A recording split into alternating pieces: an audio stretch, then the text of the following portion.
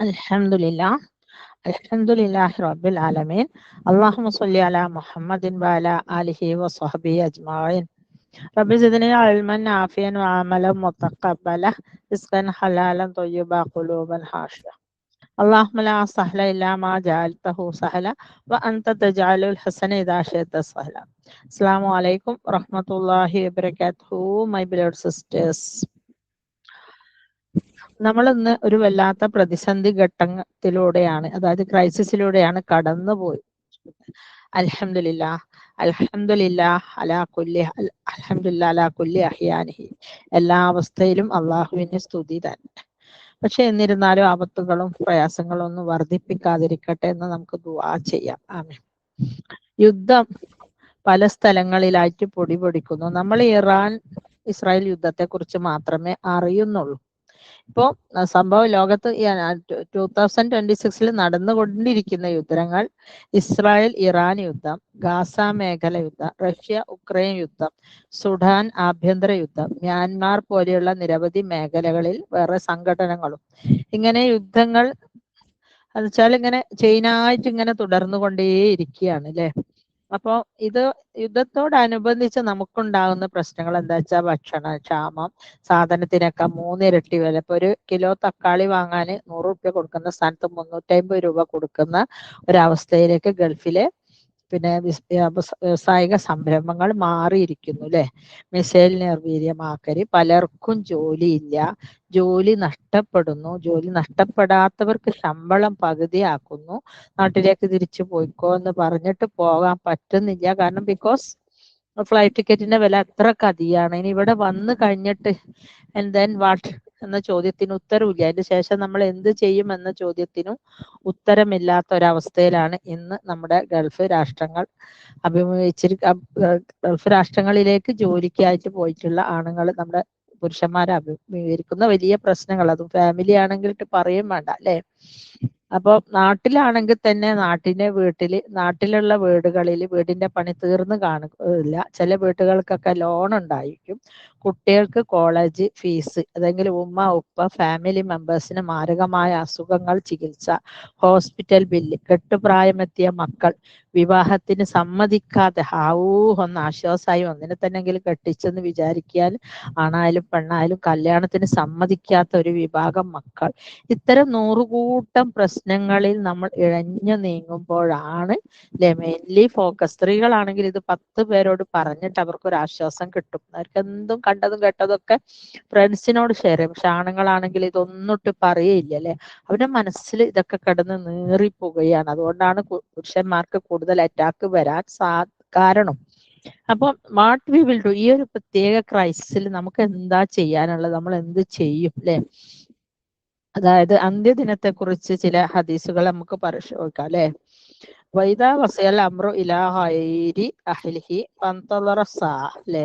അതായത് കാര്യങ്ങൾ അർഹതയില്ലാത്തവരേക്ക് ഏൽപ്പിക്കപ്പെടുന്നത് വരേക്കും അന്ത്യദിനം സംഭവിക്കുകയില്ല.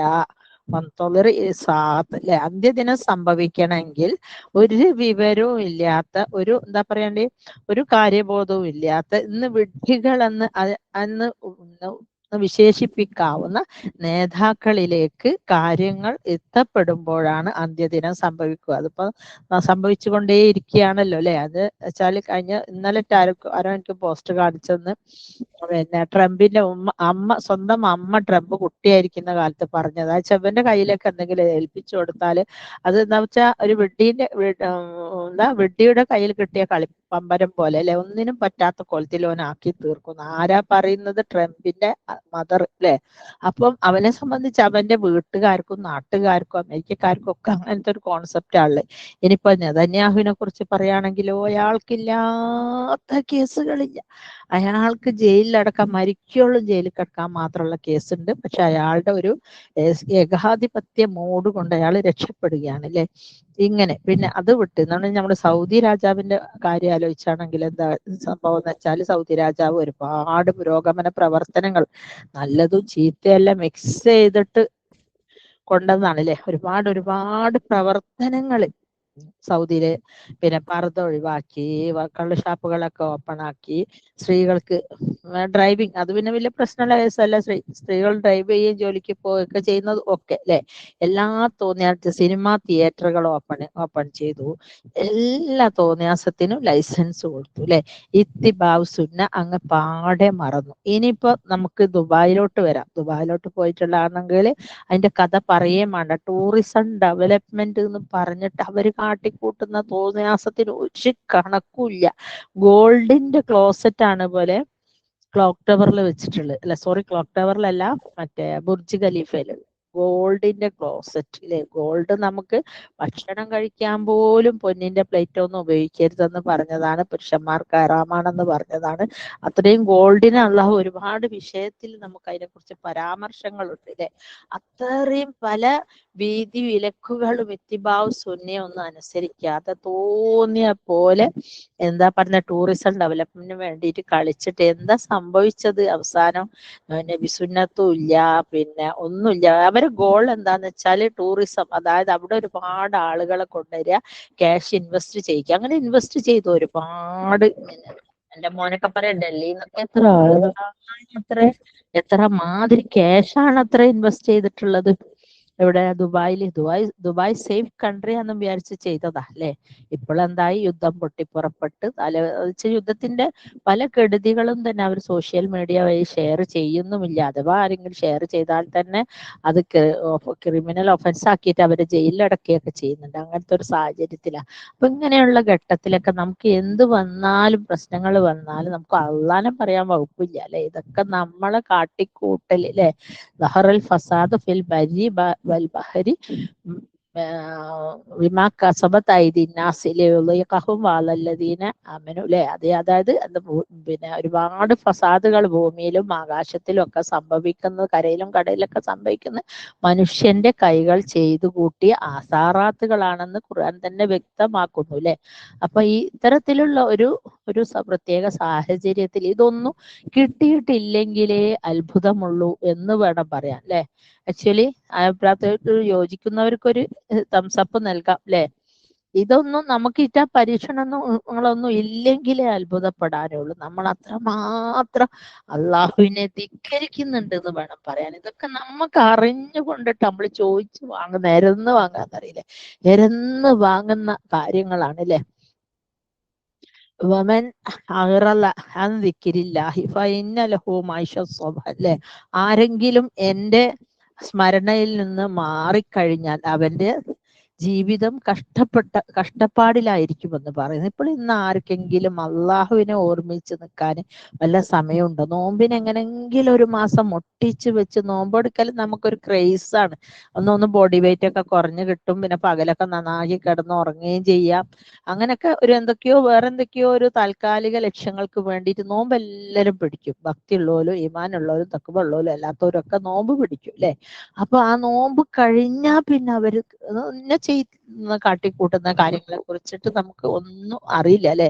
ഏറ്റവും കൂടുതൽ പിന്നെ ഇത് ആൽക്കഹോൾ വിറ്റഴിയുന്ന സമയമാണ് പിന്നെ ഓണം വിഷു പോലെ തന്നെ വരുന്ന ആയി മാറിക്കൊണ്ടിരിക്കുകയാണ്. അപ്പൊ ഇങ്ങനെ ഏതെല്ലാം രീതിയിൽ നമുക്ക് അള്ളാഹുവിനെ ധിക്കരിക്കാം എന്ന വിഷയത്തിൽ PhD എടുക്കുകയാണ് അല്ലെ, ഡോക്ടറേറ്റ് എടുക്കുകയാണ്. നമ്മൾ ഈ അടുത്ത ദിവസം ഒരു കല്യാണത്തിൽ പങ്കെടുത്തപ്പോൾ അവിടെ കണ്ടിട്ടുണ്ട് പിയോട്ടിനും പുതിയാപ്പളുടെയും മണവാട്ടിലെ സ്റ്റേജിന് കെട്ടുന്ന ഒരു സീന്, വല്ലാത്തൊരു സീനാണല്ലോ അല്ലെ. രണ്ടാളും കേറുക, എന്നിട്ട് കൈ ഇങ്ങനെ പിടിച്ചിട്ട് ഹിന്ദുക്കളുണ്ടല്ലോ എന്താ കതിർമണ്ഡപം ചുറ്റുന്ന അതുപോലെ ചുറ്റുക, എന്നിട്ട് ഉമ്മ വെക്കുക. ബെഡ്റൂമിൽ ചെയ്യേണ്ടതൊക്കെ സ്റ്റേജിൽ വെച്ച് ചെയ്യണം. ഇപ്പം പുതിയ 2-3 ട്രെൻഡുകൾ ഞാൻ കേട്ടറിഞ്ഞ എന്താ വെച്ചാൽ കണ്ടതല്ല. പിന്നെ അത് താലപ്പൊലി ഏന്തിയിട്ട് അമ്പലത്തിലെ ഉത്സവത്തിന് താലപ്പൊലി ഏന്തും പോലെ ഒരേ ഡ്രസ്സ് ഇട്ട് തലയെ തട്ടടാത്ത കുറെ പെണ്ണുങ്ങൾ വരിയായിട്ട് നിന്ന് താലപ്പൊലി ഏന്തിയിട്ട് പിയോട്ടിനെ സ്റ്റേജിലേക്ക് അനുഗമിക്കല്ല. ആ തോന്നിയാസത്തിനും വിത്ത് വിതയ്ക്കൽ കോഴിക്കോട് തന്നെയാണ്. അത് പറഞ്ഞറിയിക്കാൻ വയ്യ. അത് ഭയങ്കര തക്കവെള്ളോലും നല്ല നിസ്കാരമുള്ളവരും ഒക്കെ ഉണ്ട്. പക്ഷെ അവരെ മാറ്റി നിർത്തിയിട്ട് തോന്നിയാസം കളികളൊക്കെ കളിക്കാൻ അവര് കുട്ടികൾ കളിക്കുകയും ചെയ്യും അല്ലെ. എന്നിട്ട് താലപ്പൊലി എടുത്തിട്ട് ഓളെ സ്റ്റേജിൽ കയറ്റുമ്പോ ചെക്കൻ ഇറങ്ങി വന്ന് കയറ്റിക്കൊണ്ടാണ്. അപ്പോൾ അങ്ങനെ ആണല്ലോ, ആണുങ്ങളെ ഗഡ്സൊക്കെ കുറഞ്ഞ് പെണ്ണാണ് ഭരണം നടത്തുന്ന എന്ന കോലത്തിലേക്കായി. എന്നിട്ട് ഓള് കെട്ടി പോകുമ്പോൾ ഓനൊന്ന് കരയണം പോലെ. അത് എന്തിനാണ് കരയുന്നതെന്ന് അള്ളാഹു അല്ല, കരയണം സത്യത്തില്. കാരണം ഈ സാധനത്തിന് ഓന് വഹിച്ച് മുന്നോട്ട് കൊണ്ടുപോകണമെങ്കിൽ ഒരുപാട് കഷ്ടപ്പാടുണ്ടല്ലോ. പെണ്ണുറച്ചപാട് എന്ത് വേണം? ഐഫോൺ വേണം. ഇതൊക്കെ ഏത് കിതാബിലാ ഉള്ളത് അല്ലെ? അന്ന് മുതൽ ഇവന്റെ ഐഫോൺ ഉപയോഗിക്കാൻ നിക്കാവൊന്നും കഴിയണമെന്നില്ല. പെണ്ണുറച്ചാൽ ഐഫോൺ അല്ലെ? അന്ന് മുതലേ നമ്മൾ ഹറാമിയത്ത് ഇങ്ങനെ സ്റ്റാർട്ട് ചെയ്ത് വെക്കുകയാണ്. ഹറാമിയത്തിന്റെ പടക്കത്തിനാണ് നമ്മൾ തീ കൊളുത്തുന്നത് സെറ്റിൽമെന്റ് കഴിഞ്ഞത് മുതൽ. അങ്ങനെ പല രീതിയിലും അള്ളാഹുവിനെ ധിക്കരിക്കാൻ വേണ്ടിയിട്ട് നമ്മൾ കച്ച കെട്ടി ഒരുങ്ങി പുറപ്പെട്ട് അല്ലെ? മഹാദല്ല, നമ്മളും നമ്മളെ കുട്ടികളും ഒക്കെ അത്തരത്തിലുള്ള എല്ലാവിധ വിധത്തിൽ നിന്നും തോന്നിയാസത്തിൽ നിന്നും പ്രവാചകൻ അള്ളാഹു സുബ്ഹാനഹു വ തആലയെ ധിക്കരിക്കുന്നതിൽ നിന്നും കാത്തു രക്ഷിക്കുമാറാകട്ടെ. ഈ മഹനീയ സദസ്സിൽ നമുക്ക് എല്ലാവർക്കും ഒരുപോലെ ദുആ ചെയ്യാം. ഞങ്ങളെ എൻ്റെ എല്ലാ കുട്ടികൾക്കും അള്ളാഹു ഹിദായത്തിന്റെ വെളിച്ചം കാട്ടിക്കൊടുക്കട്ടെ. ഇതൊക്കെ കാട്ടിക്കൊടുത്ത് തന്നെയാണ് നമ്മൾ വളർത്തിയത്.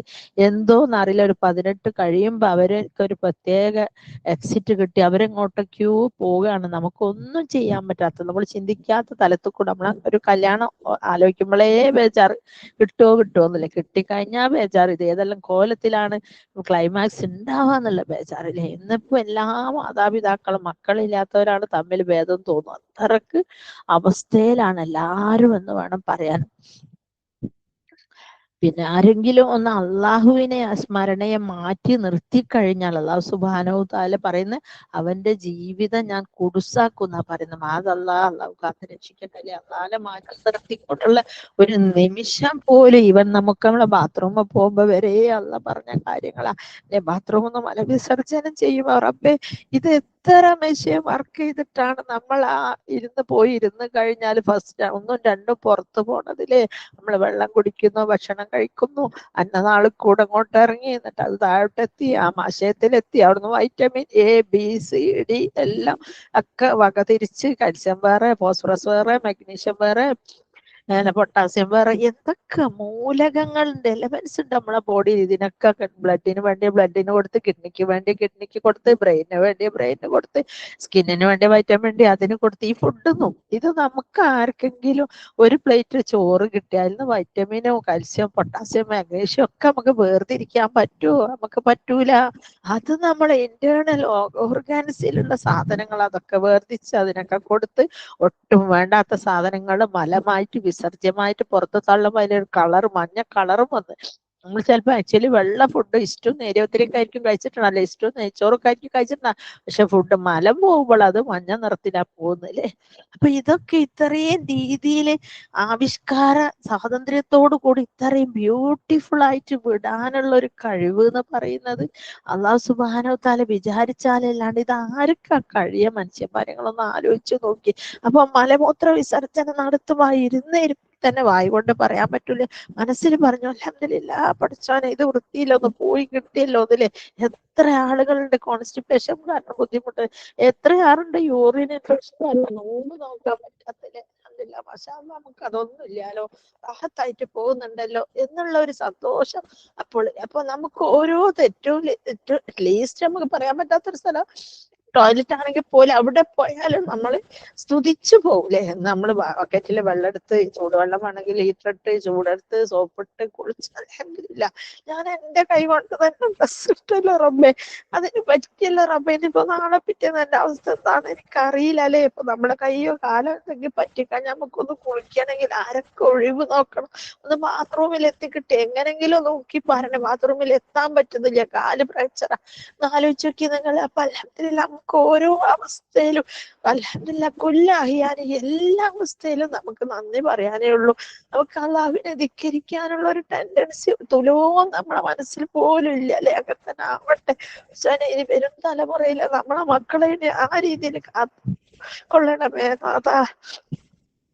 റബ്ബിജ്അൽനി മുഖീമ സ്വലാത്ത വമിൻ ദുരിയത്തി റബ്ബനാ തഖബ്ബൽ ദുആ. പഠിച്ചോനെ നമ്മളെ മക്കളെ നമസ്കാരം നിലനിർത്തുന്ന മക്കളായി തീർക്കണേ റബ്ബേ, ആമീൻ. പിന്നെ ഈ വിഷയത്തിൽ ഇങ്ങനെയൊക്കെ അള്ളാഹു യുദ്ധം നടത്തി കുറെ ആളുകൾ പ്രശ്നമായി, കുറെ എണ്ണ കമ്പനികൾ കത്തിപ്പോയി, കുറെ ആൾക്ക് ജോലി പോയി, കുറെ ആളുകൾ മരിച്ചില്ലേ, ഫലസ്തീനിൽ മരിച്ചു വീണ കുട്ടികൾക്കും പിന്നെ ആണുങ്ങൾക്കും പെണ്ണുങ്ങൾക്കും ഒന്നും ഒരു കണക്കൂല്ല. എന്തെന്ത് തങ്കം പോലത്തെ ആണുങ്ങളാ, നല്ല ഹൈറ്റും നല്ല നിറവും അതുപോലത്തെ ഇത് കൈ കഴുകി തൊടുന്ന ജാതി മക്കളൂല്ലേ. അവരങ്ങനൊക്കെ യുദ്ധഭീഷണിയിലാണെങ്കിൽ അവരെ മുഖത്തൊരു മുറിവ് പറ്റിയാൽ അതൊരു പുതിയാപ്പിളിന്റെ മുഖത്ത് പറ്റിയ പോലെ അത്രക്ക് ഒരാഠ്യത്വം എടുത്ത് കാണിക്കുന്ന ഒരു നാട്ടുകാരിലെ എത്ര ആള് മരിച്ച്. എന്നിട്ട് നിങ്ങൾക്ക് ആർക്കെങ്കിലും അഭിപ്രായം ഉണ്ടോ അള്ളാഹു ക്രൂരനാണെന്ന്? അഭിപ്രായം ഉണ്ടോ? അഭിപ്രായം ഉള്ളവരൊന്ന് ഹാൻഡ്സപ്പ് ചെയ്യ. അള്ളാഹു ക്രൂരനാണ്? അള്ളാഹു ക്രൂരനല്ല, അള്ളാഹു കാരുണ്യവാനാണ്, റഹീമാണ്, മജീദാണല്ലേ, അർഹമുറാഹിമീനാണ് അള്ളാഹ്. അള്ളാഹിനെ കൊണ്ട് ആ കാര്യങ്ങളൊക്കെ നമ്മൾ നിർബന്ധിച്ച് ചെയ്യിക്കാൻ കൊണ്ടാ ഞാൻ ചെയ്തതിന്റെ ഫലം ഞാൻ അനുഭവിക്കാം, ഞാൻ ചെയ്തതിന്റെ ഫലം ഞാൻ അനുഭവിക്കാന്നും പറഞ്ഞ നമ്മളെ തോന്നിയാസങ്ങൾ കാരണമാണ്, അതിന്റെ ആസാറാത്തുകളാണ് നമ്മൾ അനുഭവിച്ചു കൊണ്ടിരിക്കുന്നതില്ലേ. അള്ളാഹു റഹ്മാനു റഹീം അല്ലെ, അള്ളാഹു കാരുണ്യവാനല്ലേ, സത്യവിശ്വാസികളോട് പ്രത്യേക കാരുണ്യമുള്ളവനാണ്. എല്ലാ കാര്യത്തിനും അല്ലെ മലിക്കിൽ ഖുദ്ദൂസാണ്, എല്ലാ കാര്യത്തിന്റെ രാജാതിരാജന.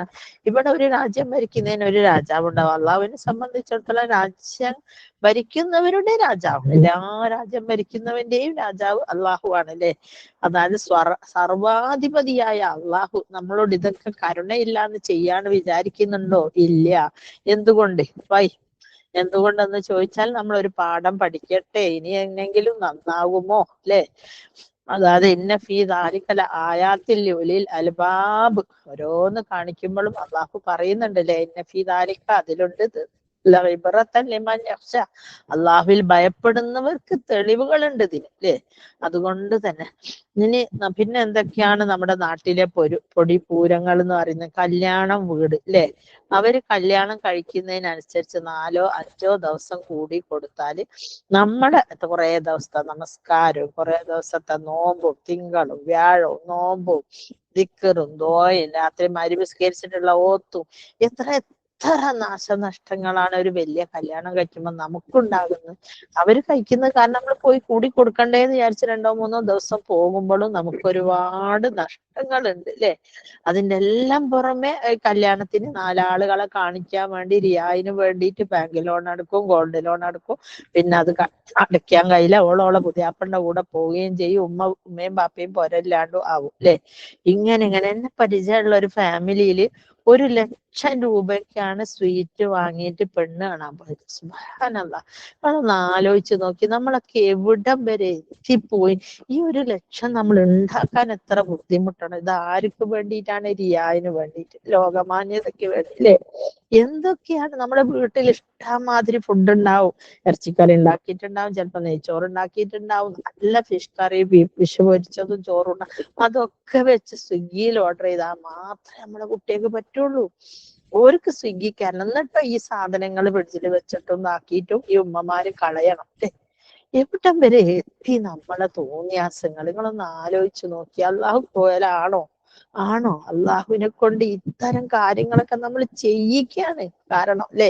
നമുക്കുള്ളതും കൊണ്ട് തന്നേ, നമുക്കുള്ളതും കൊണ്ട് തന്നേന്ന് നമ്മൾ ഇങ്ങനെ പറഞ്ഞുകൊണ്ടിരിക്കുകയാണ്. ദുബായിൽ പോയിട്ടുള്ളവർക്ക് അറിയാം, പോകാത്തവർക്ക് അറിഞ്ഞൂടാ. ദുബായിലെ സ്ട്രീറ്റിൽ ഭയങ്കര ഒറ്റ കോലത്തിൽ നടന്നിട്ട് വരി ആണുങ്ങളെ ഇങ്ങോട്ട് വരി എന്ന് പറയുന്ന രീതിയിൽ, അത് ഞാൻ മലേഷ്യ പോയിട്ട് കണ്ടതല്ല.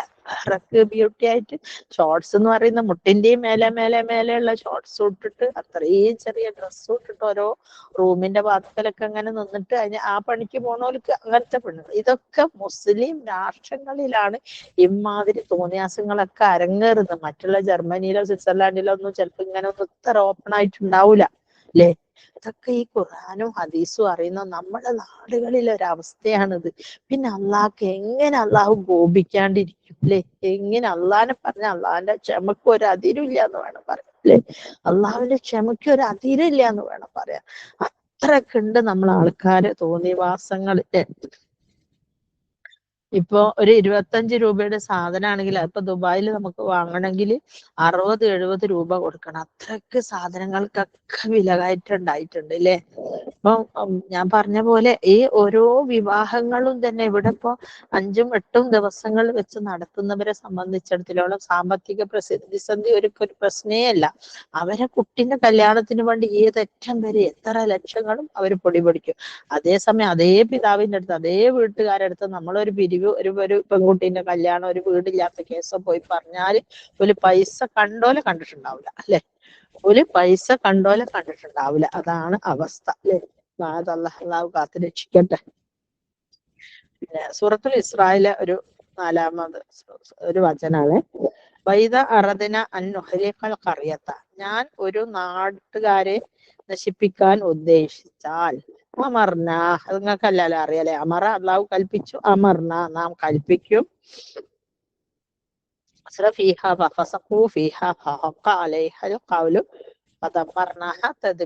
അവരോട് തോന്നിയാസം, അവിടുത്തെ പ്രമാണിമാരോട് തോന്നിയാസം ചെയ്യാൻ കൽപ്പിക്കും അല്ലെ. അപ്പൊ അങ്ങനെ ഏതെങ്കിലും ഒരു നാട്, നൂഹ് നബിന്റെ കാലത്ത് ലൂത്ത് നബിന്റെ കാലത്തും സബത്ത് ദിവസം മീൻ പിടിച്ച കഥകളൊക്കെ നമുക്ക് പച്ചവെള്ളം പോലെ അറിയുന്ന, ഞാനൊന്നും ഇവിടെ വിശദീകരിക്കുന്നില്ല അല്ലെ. അപ്പൊ ഒരു നാട്ടില് അവിടുത്തെ തോന്നിയാസം അല്ലെ, അവിടെ നശിപ്പിക്കാൻ വിചാരിച്ചാൽ അവിടുത്തെ ആൾക്കാരോട് തോന്നിയാസം കളിക്കാനുള്ള ലൈസൻസ് അന്ന് കൊടുക്കും അല്ലെ. അവിടെ നൂലെല്ലാ കളിയും കളിച്ചു വെച്ചാൽ ഇതിന്റെ അനുഭവം കിട്ടുന്നത് ആർക്കാണ്? അവരിങ്ങനൊക്കെ കളിച്ചു കൂട്ടിയാൽ ആർക്കാ അതിന്റെ ബുദ്ധിമുട്ട് കിട്ടുന്നത്? ആ നാട്ടിലെ പാവപ്പെട്ട ജനങ്ങൾക്കും ഇതിലൊന്നും അറിയാത്ത നിരപരാധികൾക്കും അല്ലെ. അങ്ങനെ ഒരുപാട് ആളുകളാണ് ഈ വിഷയത്തിൽ കഷ്ടപ്പെടുക. നമ്മളൊന്ന് ആലോചിച്ച് നോക്കണം. ചെറിയ കുട്ടികൾ യുദ്ധഭീതിയിൽ നിൽക്കുന്ന സീനാണ് ഇപ്പൊ ഞാൻ കാണിക്കുന്നത് കേട്ടോ. അപ്പൊ ഓരോ നാട്ടില് ബോംബെറിയുന്നു, കത്തിക്കുന്നു, തീപിടിക്കുന്നു, ഭവനരഹിതരാകുന്നു. ഇവരെങ്ങോട്ട് പോവും? എന്ത് തിന്നും? എന്ത് വസ്ത്രം? അവരാധാരമോടെ, അവരതുവരെ ഉണ്ടാക്കിയ പൈസയോടെ, പൊന്നോടെ, സർട്ടിഫിക്കറ്റോടെ, ഇങ്ങനെ എത്ര ആളുകളാണ് യുദ്ധം കൊണ്ട് ബുദ്ധിമുട്ടുന്നത്. ഈ യുദ്ധത്തിന് വേണ്ടിയിട്ട് ആഹ്വാനം ചെയ്യുന്ന പ്രധാനമന്ത്രിമാരോ ഭരണകർത്താക്കളൊക്കെ അവരെവിടെ? അവര് സുഖമായി സേഫായിട്ട് അവരെ രാജകൊട്ടാരങ്ങളിൽ എൻസ്യൂട്ട് 4 നേരം 5 നേരം ഫുഡ് അടിച്ച് വലിയ ഹൈ കോസ്റ്റുള്ള കോട്ടിട്ട് നടക്കുക അല്ലെ. ഇതൊക്കെ അനുഭവിക്കുന്ന കണ്ടില്ലേ ഈ ഉമ്മമാരും പാവപ്പെട്ടവരും ഒക്കെയാണ് നമ്മൾ കാണണത് അല്ലെ. ഇതൊക്കെ നമ്മൾ അറിയണം. സുബ്ഹാനല്ലാഹ് വമാ യുസ്രിഫൂൻ, അള്ളാഹു ആളുകൾ പറഞ്ഞ് പരത്തുന്നതിൽ നിന്ന് എത്ര പരിശുദ്ധനാണെന്ന് അള്ളാഹു തന്നെ പറയുന്നല്ലേ. മുസ്ലിം പണ്ഡിതന്മാരുടെ അവസ്ഥയും എന്നൊന്ന് നമ്മൾ ചിന്തിക്കേണ്ടതാണ് അല്ലെ. നമ്മുടെ ക്ലാസ്സുകൾ കേൾക്കുന്ന പിന്നെ സഹോദരിമാരെ കുറിച്ച് ഞാൻ പ്രത്യേകം പറയാണ്. അവരെ കൊണ്ട് കഴിയുന്ന മനസ്തത്വം നമുക്ക് അവരെ കുറ്റം പറയാൻ പറ്റില്ല. ഏതൊരു പിരിവ് വന്നാലും എന്തൊരു ആവശ്യാർത്ഥവും അവരെ സമീപിച്ചാൽ, കിണറാവട്ടെ, കുളമാകട്ടെ, അതല്ല വീടാവട്ടെ, സക്കാത്താവട്ടെ, സ്വതക്കയാവട്ടെ, അവരുടെ കയ്യിലുള്ളതിൽ വശം എന്തെങ്കിലും ഭർത്താക്കന്മാരോടും കൂട്ടി ഒപ്പിച്ച് തരുന്നവരാണ് നമ്മുടെ ഗ്രൂപ്പിൽ അധിക സഹോദരിമാരും. അൽഹംദുലില്ലാഹ് മാഷാ അല്ലാഹ്, അല്ലാഹുമ്മ ബാരിക്. അല്ലാഹു സുബ്ഹാനഹു വ തആല അവർക്ക് ബർക്കത്തും റഹ്മത്തും നിഅമത്തും ഒക്കെ കൊടുക്കട്ടെ. കാരണം അത്രയും ഉപകാരങ്ങൾ നമുക്ക് അവരെ കൊണ്ടുണ്ട് അല്ലെ.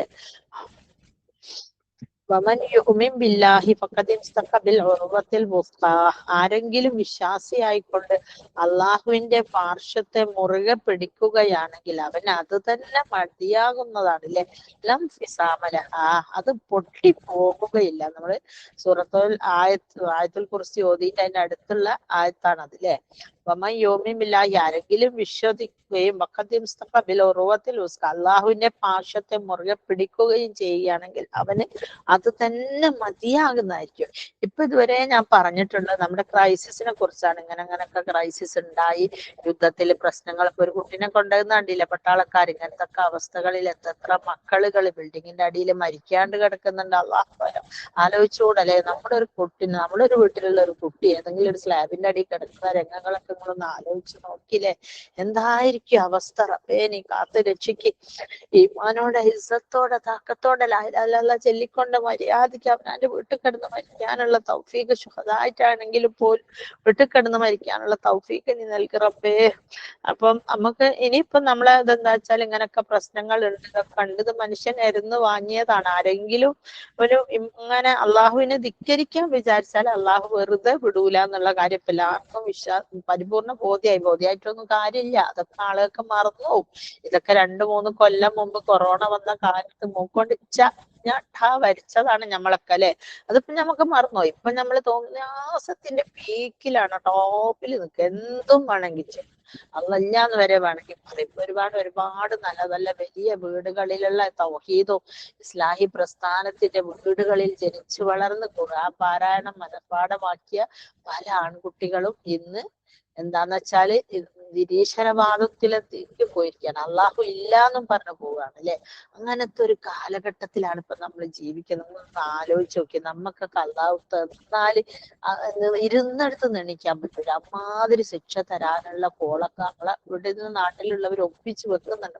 അള്ളാഹു കാത്തിരക്ഷിക്കട്ടെ. സുബ്ഹാനല്ലാഹി അമ്മ സിഫൂൺ. ആൾക്കാർ എന്ത് തന്നെ അള്ളാഹിനെ കൊണ്ട് പറഞ്ഞു കേട്ടാലും അതിൽ നിന്നെല്ലാം അള്ളാഹു എത്രയോ അത്യുന്നതനാണ് അല്ലെ, അത്യുന്നതൻ. അപ്പൊ ഇനി നമുക്ക് രണ്ടാമത്തെ സ്റ്റെപ്പ് എന്താണെന്ന് വെച്ചാൽ ശരിക്കും ഈ വിഷയത്തിനെ സംബന്ധിച്ച് ഇതിൽ നിന്ന് നമ്മൾ എങ്ങനെ രക്ഷപ്പെടണം. ഇപ്പൊ ഇങ്ങനെ ഒരു ക്രൈസിസ് ഉണ്ടായി. അശ്ശാറുള്ള ഒരു സമയത്ത് നബി സല്ലല്ലാഹു അലൈഹി വസല്ലമയോട് ചോദിക്കുന്നുണ്ട്, നബിയെ ഒരു എന്താ പറയാ, ഒരു യുദ്ധമോ ഒരു വെള്ളപ്പൊക്കമോ അങ്ങനെ എന്തെങ്കിലും ഒരു പ്രശ്നം വന്നാൽ നിരപരാധികളും അപരാധികളും ഒരുപോലെ ശിക്ഷിക്കപ്പെടുന്നുണ്ടല്ലോ. പാവം ആ നിരപരാധിന്റെ മയ്യത്തും ആ കൊറോണ സമയത്ത് കൊണ്ടുപോയിട്ട് കൂട്ടിട്ട് കത്തിച്ചതും കൂട്ടിട്ട് കബറ് അടക്കം ചെയ്തതൊക്കെ വല്ലാത്തൊരു സീനായിരുന്നല്ലോ. അപ്പൊ അതിൽ നിരപരാധിപ്പെടുന്നുണ്ടല്ലോ. അന്നേരം പറഞ്ഞു, ആയിഷ മരിക്കും, അങ്ങനൊക്കെ മരിച്ചാലും ഉയർത്തെഴുന്നേൽപ്പ് നാളില് എന്തുണ്ട്, വിശ്വാസിക്ക് അള്ളാഹുവിന്റെ അടുത്ത് രക്ഷ ഉണ്ട്. അപ്പൊ അതുകൊണ്ട് നമുക്കും കൂടി മനസ്സിലാക്കാൻ ഈ യുദ്ധത്തിന്റെ ആസാറാത്തുകൾ എന്തൊക്കെ പ്രയാസങ്ങൾ വന്നാലും അതിൽ ചിലപ്പോൾ നമ്മൾ ഭാഗവാക്കായി പോകും. അപ്പൊ അതിന് എന്ത് പ്രിക്കോഷൻ എടുക്കാം എന്നുള്ളതാണ്. ഇപ്പൊ സംഭവം ഇങ്ങനെയൊക്കെ നടന്നു ഇപ്പൊ തോന്നുന്നു അറിഞ്ഞിട്ടോ നമുക്ക് വലിയ കാര്യമൊന്നുമില്ല അല്ലെ. കാരണം നമ്മളാരും അള്ളാഹിനെ ധിക്കരിക്കുന്ന വിഷയത്തിൽ നമുക്കാർക്കും വലിയ ഇൻട്രസ്റ്റ് ഒന്നുമില്ല. നമ്മൾ ധിക്കരിക്കാൻ ശ്രമിക്കാറുമില്ല, പക്ഷെ സംഭവിക്കുന്നുണ്ട്. അപ്പൊ നമ്മൾ എന്ത് ചെയ്യാം എന്നുള്ളതിനെ കുറിച്ചൊരു പ്രിക്കോഷൻ ആണ് അല്ലെ. ഒന്നാമത്തെ ദുആ. ദുആ is the most powerful weapon അല്ലെ. ദുആ എന്ന് പറയുന്ന ലോകത്തിലേക്ക് വെച്ച് ഏറ്റവും മൂർച്ച കൂടിയ ആയുധമാണെന്ന് വേണം പറയാൻ അല്ലെ. പല ആളുകളും പല കാര്യങ്ങളും ദുആ ചെയ്ത് സാധിപ്പിച്ച കഥ കേട്ടാൽ അത്ഭുതപ്പെട്ടു. ദുആക്ക് ഇത്രമാത്രം പ്രതിഫലം ഉണ്ടോന്ന് നമ്മൾ ചിന്തിച്ചു പോകും. അപ്പം ഇവിടെ മോസ്റ്റ് ഓഫ് എപ്പോഴും ചെയ്യേണ്ട ഏറ്റവും വലിയ കാര്യം ദുആ ചെയ്യുക. അപ്പൊ ഞാൻ അങ്ങനെ വിചാരിക്കാണ്, ഒരു പോസ്റ്റർ ഉണ്ടാക്കി ദിവസവും നമുക്ക് ഈ ഒരു ക്രൈസിസിന്റെ ഷെറിൽ നിന്ന് നമ്മൾ രക്ഷപ്പെടാനുള്ള ഒരു ദുആ നമ്മൾ മനപ്പാടാക്കിയിട്ട് ചെയ്യേണ്ടത് അത്യാവശ്യമാണ്.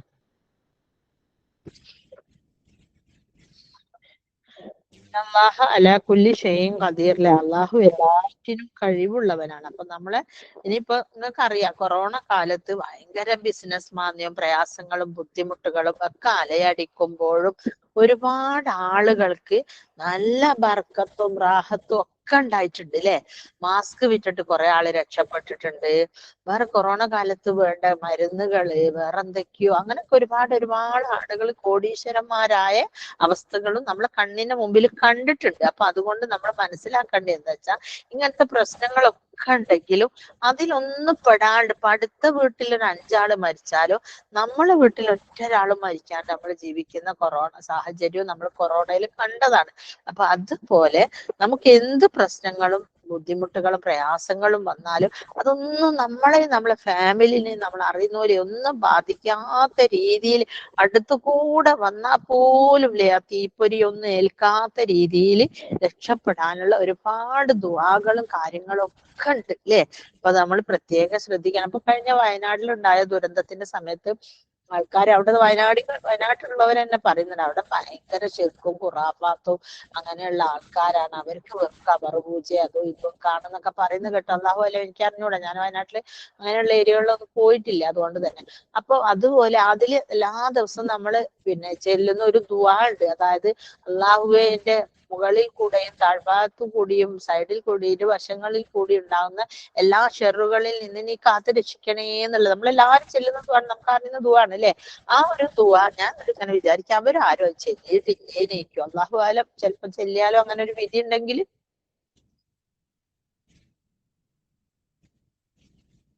നടക്കുമല്ലോ. അപ്പൊ അങ്ങനെ ദുആ എന്ന് പറയുന്ന പവർഫുൾ വെപ്പൺ ആണെന്ന് പറഞ്ഞ പോലെ നമ്മൾ ആ വിശ്വാസത്തോടു കൂടി ആ ദുആ ചെല്ലണം. അങ്ങനെ കുറച്ച് ദുആകളുണ്ട്, അത് ഞാൻ സെലക്ട് ചെയ്ത് ഇൻഷാ അല്ലാഹ് ഫോർവേഡ് ചെയ്ത് തരാം അല്ലെ. ഇന്ന അബ്ദൻ വന്നി ബി, എന്റെ കൂടെ അല്ലെ, നമുക്ക് അങ്ങനെ ഒരു വിശ്വാസം വേണം.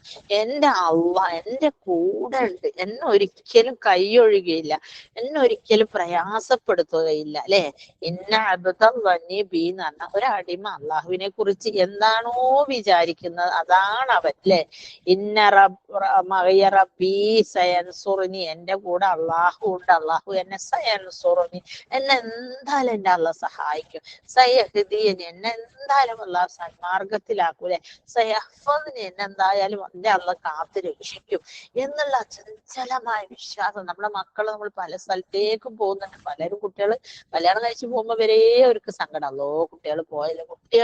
കുട്ടികൾ അള്ളാഹു രക്ഷിക്കട്ടെ, അവരതിന്റെ മാർഗത്തിലല്ല യഥാർത്ഥ തൗഹീദുള്ള വിശ്വാസികളായിട്ട്. നമ്മളെ കുട്ടിക്ക് ലേശം വിശ്വാസം കുറവാണ്, ഭർത്താവിന്റെ വീട്ടിലെത്തുന്നതോടുകൂടി അവരെ കൂടെ കൂടിയിട്ട് ഒന്നും കൂടെ ഒന്ന് സ്മാർട്ട് ആവട്ടെ എന്നൊക്കെയുള്ള നല്ലൊരു ചിന്തയോടുകൂടി നല്ലൊരു ദുആയോട് കൂടി പറഞ്ഞയക്കാൻ നമുക്ക് കഴിയണം. പേടിക്കേണ്ട, ബേജാറാവണ്ട, പരാതിപ്പെടണ്ട അല്ലെ, ടെൻഷൻ അടിക്കേണ്ട. ഇത്തരത്തിലുള്ള ക്രൈസിസിൽ ഒന്നും തന്നെ പേടിക്കേണ്ട, ബേജാറാവണ്ട, പരാതിപ്പെടണ്ട, ടെൻഷൻ അടിക്കേണ്ട, മാനസികത്തിന്റെ മരുന്ന് വാങ്ങാനും പോകണ്ട അല്ലെ.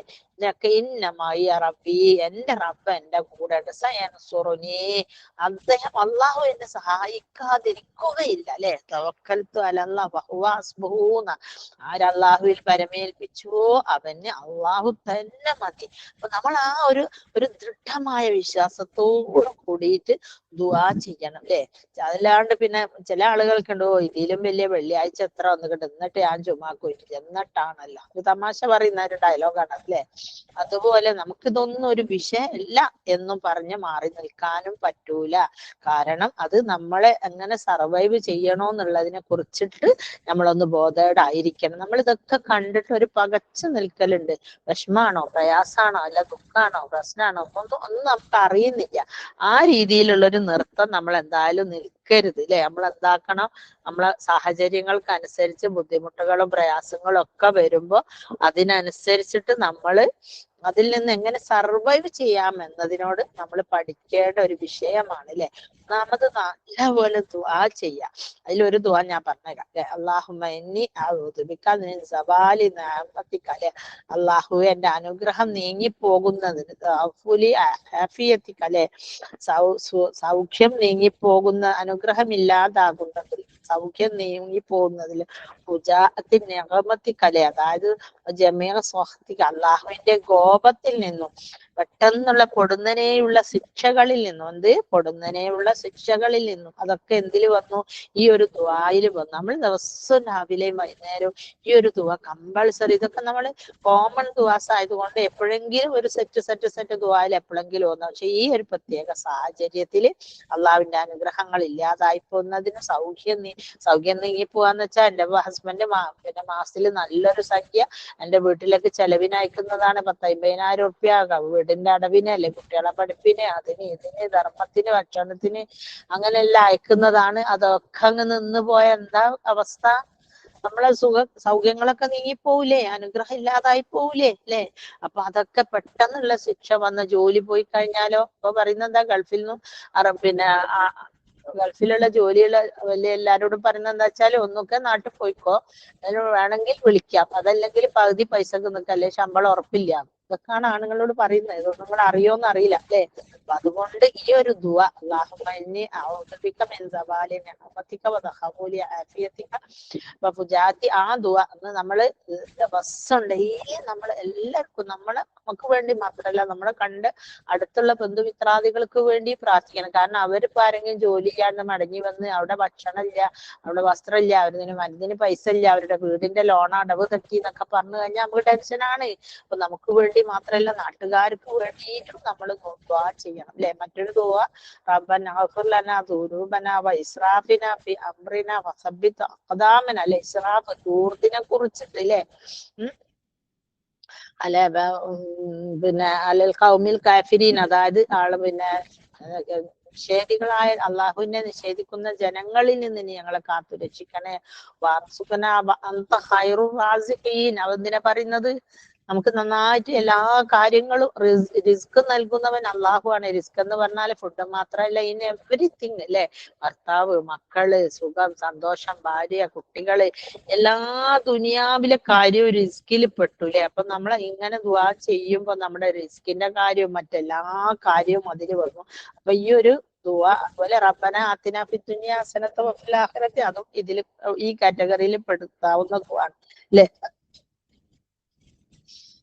പിന്നെ അല്ലാഹുമ്മ ഗഫിർലി ദംബി ഫി വബാരിക് ഫി റിസ്കി, അതും പറയാം. പിന്നെ വേറൊരു ദുആ എന്താ വെച്ചാൽ ഖൗമിൽ കാഫിരീൻ എന്ന് പറഞ്ഞാൽ മിൻ ഖൗമിൽ കാഫിരീൻ എന്നുള്ള ഒരു ദുആ ഉണ്ട്. അതും ഇങ്ങനെ ഒരു 5-6 ദുആ ഈ ഒരു പ്രത്യേക സിറ്റുവേഷനിൽ നമ്മൾ ഒരുപാട് ചെല്ലേണ്ടത് അത്യാവശ്യമാണ്. കാരണം ഇത് ആരുടെ ദുആയാണ്? എല്ലാരും ഇങ്ങനെ മെനക്കെട്ട് ഈ ദുആ ചെല്ലാൻ വിചാരിച്ചാൽ ചിലപ്പോൾ അള്ളാഹു നമ്മളെ ഗൾഫിലുള്ള ആളുകളെ ക്രൈസിസ് ഒക്കെ ഒഴിവാക്കി കൊടുക്കാനും സമാധാനപൂർവ്വം നിർത്താനും ഒക്കെ ചിലപ്പോ വിധി കൂട്ടിയേക്കാം. നമുക്കറിയാം അള്ളാഹുവിന്റെ വിധിയെ മാറ്റിമറിക്കാനുള്ള ഒരേ ഒരു ശക്തി ദുആക്ക് മാത്രമേ ഉള്ളൂ. ദുആ ചെയ്താൽ മാത്രമേ കഴിച്ചലാവുകയുള്ളൂ. അപ്പൊ നമുക്ക് ഇതാ കുറച്ച് സെറ്റ് ദുആകൾ ദിവസം രാവിലെയും വൈകുന്നേരം പ്രാർത്ഥിക്കാനായിട്ട് ശ്രദ്ധിക്കാം ഇൻഷാ അല്ലാഹ്. ഞാനും പിന്നെ ചെലവ് ചുരുക്കാൻ നമ്മൾ എന്തെല്ലാം ചെയ്യണം അല്ലെ. ഇപ്പൊ ഇങ്ങനത്തെ സാഹചര്യത്തിൽ നമ്മൾ അത് പ്രൈസ് കയ്യിലില്ലാൻ നമ്മൾ ചെലവ് അധികമായി പോയാൽ ഭയങ്കര പ്രശ്നമാണ്. ഒന്ന് നമ്മുടെ ഇപ്പൊ ഒരു കല്യാണം കഴിഞ്ഞു, ഇപ്പൊ ഉദാഹരണമായിട്ട് എന്റെ മോന്റെ കല്യാണം കഴിഞ്ഞു, അപ്പൊ എല്ലാരും അനിയത്തി ആങ്ങളെ ഏട്ടനും ഇങ്ങനെ ഓരോരുത്തരും മാറി സൽക്കാരം വിളിക്കും അല്ലെ. നമ്മളെ വീടൊന്നും കാണാം, നമ്മള് ആദ്യമായിട്ട് കല്യാണം അല്ലേ എന്നൊക്കെ വിചാരിച്ചു അങ്ങനെ സൽക്കാരം വിളിക്കേണ്ടെന്ന് ഞാൻ പറയുന്നില്ല. അങ്ങനെ ആവുമ്പോ ഒരു വീട്ടിൽ ഫുഡ് ഉണ്ടാക്കി എല്ലാരും കൂടെ ഫുഡ് അവിടെ കൊണ്ടുവന്നിട്ട് വിളിക്കുക. ഒന്ന് നമുക്ക് കൊഴുപ്പും കൊളസ്ട്രോളും ഷുഗറൊക്കെ കുറഞ്ഞു കിട്ടും. രണ്ടാമത്തത് സാമ്പത്തിക ഇത് കുറഞ്ഞു കിട്ടും. മൂന്നാമത്തത് ഇപ്പോഴത്തെ ക്രൈസിസിൽ അതൊരു വലിയ അനുഗ്രഹമാകും. നമുക്ക് പോകാനും സമയമില്ല അല്ലെ. ഗൾഫിലെ കുട്ടികളെ ഒരിക്കലും ലീവും ഇല്ല, വരാനും പറ്റൂല. അപ്പൊ അങ്ങനെ സൽക്കാരങ്ങളൊക്കെ ഒരു 3-4 വീടുകളിലൊക്കെ ചെയ്യുന്നത് ഒരൊറ്റ വീടുകളിലേക്ക് മാറ്റുക അല്ലെ. പിന്നെ വലിയ ഫീസുള്ള സ്കൂളൊക്കെ ആണെങ്കിൽ ഇങ്ങനത്തെ എന്തെങ്കിലും ജോലി പോകാൻ സാധ്യത ഉണ്ടെങ്കിൽ സ്കൂള് മാറ്റി ചേർത്തുക, ചെറിയ ഫീസുള്ള സ്കൂളിലേക്ക് ചേർത്തുക. അല്ലാണ്ട് നാട്ടുകാർ ചാരിറ്റി ചെയ്യുന്ന പോലെ എന്തെങ്കിലും തരുമെന്നും വിചാരിച്ച് നമ്മുടെ കുട്ടികളെ വമ്പൻ സ്കൂളുകളിൽ ചേർത്തുന്ന ടെൻഡൻസി മാറ്റി വെക്കുക അല്ലെ. പിന്നെ ഫുഡിന്റെ വിഷയത്തിൽ മിനിമൈസ് ചെയ്യുക. ഫുഡ് ഒരുപാട് കഴിച്ചും വേസ്റ്റാക്കിയും ഇതാക്കിയും, ഞാൻ ഉദാഹരണമായി ചെറിയൊരു ഉദാഹരണം പറഞ്ഞു. നമ്മളെ ഫ്രിഡ്ജില് ഒരു 2 തിന്നാനുള്ള നെയ്ച്ചോറും അതിന്റെ കറിയും ചീരയൊക്കെ, അപ്പൊ നെയ്ച്ചോറൊക്കെ വെച്ച് കഴിഞ്ഞാൽ ബാക്കിയായിട്ടുണ്ടെങ്കിൽ നമ്മൾ ഇടയ്ക്ക് 3-4 പ്ലേറ്റിലാക്കി വെക്കണം. അങ്ങനെ വെക്കണ്ട. ഒരു പ്ലേറ്റിൽ ഒരു ബൗളില് നെയ്ച്ചോറ് ഇടുക, അതിന്റെ കറികളെല്ലാം അതിന്റെ സൈഡിലും വെക്കുക, അതിന്റെ മെയിൻ കറി വേറൊരു പാത്രത്തിലും വെച്ച് ഒറ്റ അടപ്പിൽ മൂടി വെക്കുക. അപ്പൊ നമുക്ക് ഇങ്ങോട്ട് എടുക്കുമ്പോ തന്നെ നെയ്ച്ചോറോ കടുമാങ്ങ പരിപ്പോ എല്ലാം അതിന്റെ കൂടെ വരും. എന്നിട്ട് അത് 2 ഫുഡാണ് നമ്മളെ കയ്യിലുണ്ടെങ്കിൽ ആ 2 ഫുഡ് എടുത്തിട്ട് ബാക്കി 2 ചപ്പാത്തിയോ അങ്ങനെ എന്തെങ്കിലും അഡ്ജസ്റ്റ് ചെയ്യാം. മനസ്സിലായില്ല? അന്ന് പുതിയ ചോറ് പുതിയ കറി അങ്ങനത്തെ ഒരു കോൺസെപ്റ്റ് വേണ്ട. അങ്ങനെയൊക്കെ ആകുമ്പോൾ കുറേ ചെലവ് കുറയും. നമ്മൾ തന്നെയാണ് ചെലവ് ഉണ്ടാക്കുന്നതും പൈസ നശിപ്പിക്കുന്നതും അല്ലെ. അങ്ങനെ ചെയ്യാം. ഇപ്പൊ പ്രത്യേക ഈ ക്രൈസിസിലാണ് ഞാൻ പറയുന്നത്. അങ്ങനെ മാക്സിമം ബേക്കറി പലഹാരങ്ങൾ അവോയ്ഡ് ചെയ്യാം. ബേക്കറി ഇല്ലെങ്കിൽ നമുക്ക് ജീവിക്കാലോ. പച്ചക്കറി ഫ്രൂട്ട്സും ഇല്ലാണ്ട് ജീവിക്കാൻ പറ്റില്ല എന്ന് ഡോക്ടർമാർ പറയുന്നതുകൊണ്ട് അതെന്തായാലും കഴിച്ചേ പറ്റും. ബേക്കറി മാക്സിമം ഒഴിവാക്കുക. പിന്നെ വിറകടുപ്പും ഉള്ളവര് ഉച്ചക്കത്തെ ചോറും രാവിലെ ദോശ ചുടലും ചോറ് വെക്കലും വെള്ളം ചൂടാക്കലും അങ്ങനത്തെ പണികളൊക്കെ ഒരൊറ്റ പ്രാവശ്യം അടുപ്പ് കത്തിച്ച് അതങ്ങോട്ട് ചെയ്യാം. അപ്പം ഗ്യാസിന്റെ പിന്നെ യൂസേജ് കുറഞ്ഞു കിട്ടും അല്ലെ. പിന്നെ സ്വിഗ്ഗിയും ബ്ലിങ്കിറ്റും ഒക്കെ വല്ലാണ്ട് ഒഴിവാക്കുക. കാരണം നമ്മളൊരു സാധനം ഒരു 10 രൂപന്റെ ഒരു എന്താ പറയാ തംസപ്പിന്റെ ബോട്ടിലോ 7-അപ്പിന്റെ ബോട്ടിൽ 10 ഉണ്ടാവില്ല, 25ന്റെ വാങ്ങുകയാണെങ്കിൽ അതിൽ വാങ്ങുമ്പോൾ അത് 45ഉം 50ഉം ഒക്കെ കൊടുക്കണം. നമ്മൾ അതിന് കാരണം എന്താണെന്ന് വെച്ചാൽ മണിന്റെ വാല്യൂ അറിയുന്നില്ല. നമ്മൾ കയ്യിൽ പൈസ കൊടുക്കുമ്പോഴാണ് നമുക്ക് ആ ഒരു വേദന അറിയാം. മനസ്സിലായില്ലേ? ഒന്നത്. പിന്നെ ഒരു പോക്ക് ഇപ്പൊ എനിക്ക് ഉദാഹരണമായിട്ട് ടൗണിൽ പോകണം, ഒന്ന് രണ്ട് പേഷ്യൻസിനെ കാണണം, ബുക്ക് സ്റ്റാളിൽ പോകണം, വേറെ എന്തെങ്കിലും കാര്യം അങ്ങനെ ടൗണിൽ പോവുക, up and down charge, auto rickshaw bus fare ആണെങ്കിൽ കുറച്ചേ വരുള്ളൂ, ഓട്ടോറിക്ഷയ്ക്ക് അടുത്ത് പോകുമ്പോൾ നല്ല പൈസ വരും. അപ്പൊ ഒരു ദിവസം രാവിലെ തന്നെ എണീറ്റ് ചോറും കറിയും ബാക്കിയുള്ള സാധനങ്ങളൊക്കെ മേശമേൽ സെറ്റ് ചെയ്തിട്ട് ഒരൊറ്റ പോക്ക് അങ്ങോട്ട് പോയിട്ട് അത് രോഗിനെയും കാണുക, വേറെ എന്തെങ്കിലും കാര്യങ്ങൾ ഉണ്ടെങ്കിൽ അതൊക്കെ തീർക്കുക. പിന്നെ പല നമുക്ക് ടൗണിൽ പല പരിപാടികളുണ്ട്, എന്തെങ്കിലും വാങ്ങാനുണ്ടാവും, എന്തെങ്കിലും സാരിന്റെ ഡ്രസ്സ് ബ്ലൗസ് എടുക്കുക, അങ്ങനെ പല പണികളുണ്ട്. അതൊക്കെ തീർത്തിട്ട് വരിക, കാരണം ഒറ്റ പോക്കിനില്ലേ. അതുകൊണ്ട് എന്താ ബസ് ഫെയറും മറ്റുള്ള ഫെയറും ഒക്കെ കുറഞ്ഞു കിട്ടി, സമയവും കുറഞ്ഞു കിട്ടി. ആ സമയത്ത് ഏതെങ്കിലും പള്ളിക്ക് കയറി ഫർള് ജമാഅത്ത് നമസ്കാരവും കിട്ടി, ഒരുപാട് നേട്ടങ്ങളുണ്ട് അല്ലേ. പിന്നെ അൺവാണ്ടഡ് ഡ്രസ്സ്, പിന്നെ ടൂറുകൾ സംഘടിപ്പിക്കലൊക്കെ തൽക്കാലം ഒന്ന് കുറയ്ക്കുക അല്ലെ. ഇങ്ങനത്തെ ക്രൈസിസിൽ ടൂറ് പോകലും വേണ്ടാണ്ട് ഡ്രസ്സ് വാങ്ങി കൂട്ടലൊക്കെ ഒന്ന് ഗിവപ്പ് ചെയ്യാം. പിന്നെ ഒരുപാട് തടിയന്മാരുള്ള വീടുകളുണ്ട്, അവരൊക്കെ അവരെ ഫുഡ് കുറയ്ക്കണം എന്ന് വർഷങ്ങളായിട്ട് ചിന്തിക്കുന്നവരാണ് അല്ലെ. അപ്പൊ നിങ്ങൾക്ക് എന്ത് ചെയ്യാം, ഇന്റർമീഡിയറ്റ് ഫാസ്റ്റിംഗ് സ്റ്റാർട്ട് ചെയ്യാം.